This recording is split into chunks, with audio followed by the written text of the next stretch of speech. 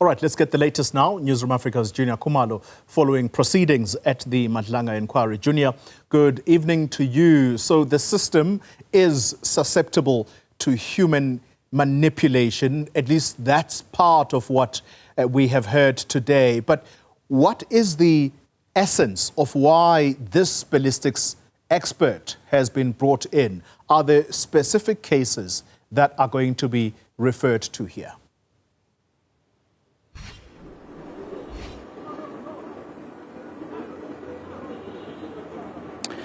Indeed, Xoli. The reason why he has been brought in is because he is the head of ballistics nationally in South Africa. And as you may remember, Xoli, from last week's testimony, we did hear from witness A, witness B, who are both detectives in South Africa, in Gauteng particularly.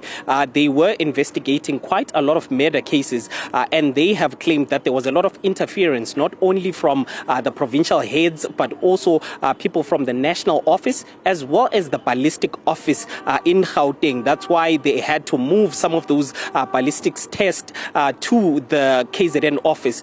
So in particular, that is why this particular head of ballistics has actually been brought in to speak to some of all of this. He was asked point blank whether he is aware that some of the cases that were being tested in the Gauteng ballistic office in Pretoria, whether he was aware that those were moved because as a result of intentional interference.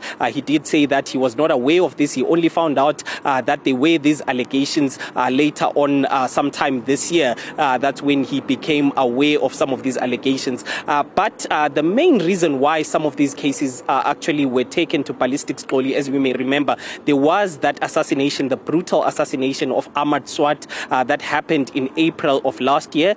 He was shot about 23 times.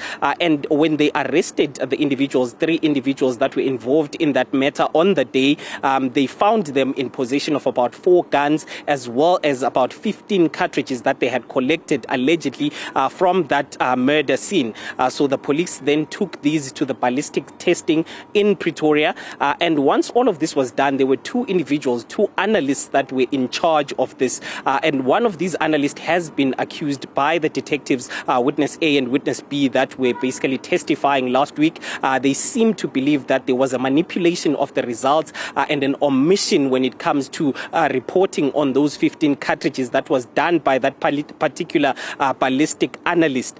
So today, the boss of that particular analyst was then brought in to try and find out if he also believes that there was a manipulation. He says that he has since conducted an investigation, and contrary to the belief that was basically testified to by witness A and witness B, he does not believe that there was any manipulation. He actually says, he sings praises and says that that particular analyst had done a perfect job, and he had managed to link some of those cartridges in the Ahmad Swat case to those fire ammunition that was actually confiscated from those individuals that were arrested.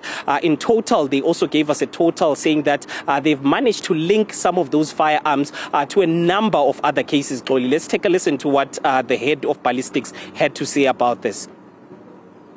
We sit now in quite an unfortunate situation where a very important murder case is potentially jeopardized by a succession of errors in relation to the ballistics report and a succession of, let's say, curious elements.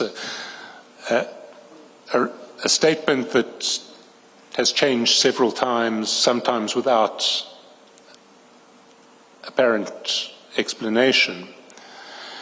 I want to put it to you that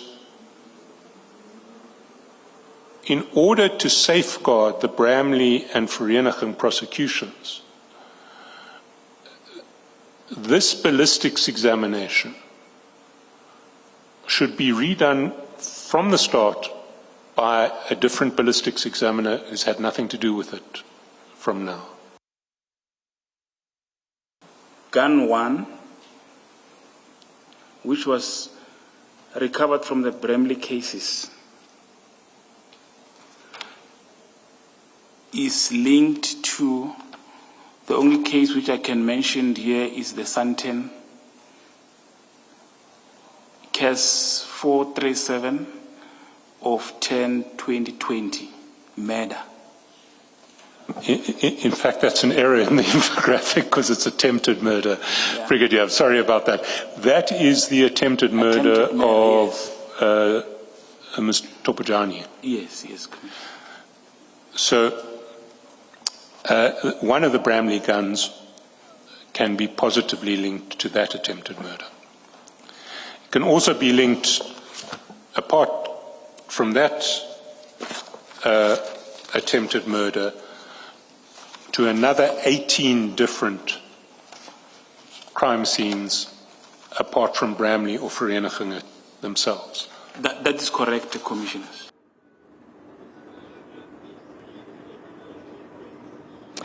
In total, Xoli, those guns that were retrieved on the 17th of April of last year have been positively linked to about 29 cases, almost 30 cases that those particular guns have been linked to.